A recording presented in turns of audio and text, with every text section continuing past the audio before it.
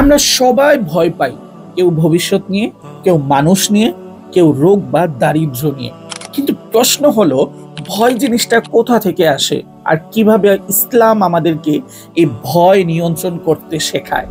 উত্তরটা লুকিয়ে আছে আমাদের মস্তিষ্কের একটা ছোট্ট কিন্তু শক্তিশালী অংশে, যার নাম এমিগডালা। এটা এমন একটা স্নায়ু কেন্দ্র যেটা ভয়, আতঙ্ক এবং আবেগপূর্ণ প্রতিক্রিয়ার একটা নিয়ন্ত্রক। এমিগডালা মস্তিষ্কের সার্ভাইভাল অ্যালার্ম সিস্টেম। যখন আপনি হঠাৎ বিপদ, ঝুঁকি অথবা হুমকির মুখে পড়েন, তখন এই অংশ দ্রুত আপনাকে ফ্লাইট অথবা ফাইট মোডে পাঠায়। মনে হয় যে এখনই লড়াই করো, নতুবা পালিয়ে যাও।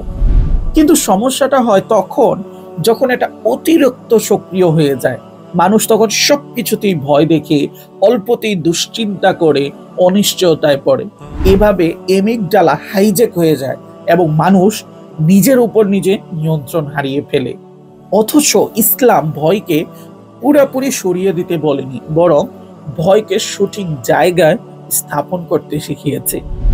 সূরা আহজাবে আল্লাহ তাআলা বলেন, তোমরা আল্লাহ ছাড়া কাউকে ভয় করো না। এক হাদিসে রাসূল সাল্লাল্লাহু আলাইহি ওয়াসাল্লাম বলেছেন, আল্লাহকে এমন ভাবে ভয় করো যেমনটি ভয় করার হক। অর্থাৎ ভয় থাকবে, কিন্তু সেটা আতঙ্ক নয়, সচেতনতা হবে। এটাই হচ্ছে তাকওয়া, আল্লাহর ভয় দ্বারা নিজেকে গুনাহ থেকে রক্ষা করা। এই তাকওয়া ভিত্তিক ভয় আসলে আমাদের এমিগডালাকে প্রশিক্ষিত করে। যে ব্যক্তি সবসময় আল্লাহকে স্মরণ করে, নামাজে স্থির থাকে, রাগের সময় নিজেকে নিয়ন্ত্রণ করে, তার মস্তিষ্কের এই ভয় কেন্দ্র ধীরে ধীরে স্থির হয়ে যায়। বিজ্ঞান বলে, যারা রেগুলার মেডিটেশন অথবা মাইন্ডফুলনেস করে তাদের এমিগডালা শান্ত হয়। ঠিক তেমনি ভাবে জিকির, নামাজ, তাওবা একজন মুসলমানের মস্তিষ্কে এই একই প্রশিক্ষণ দেয়।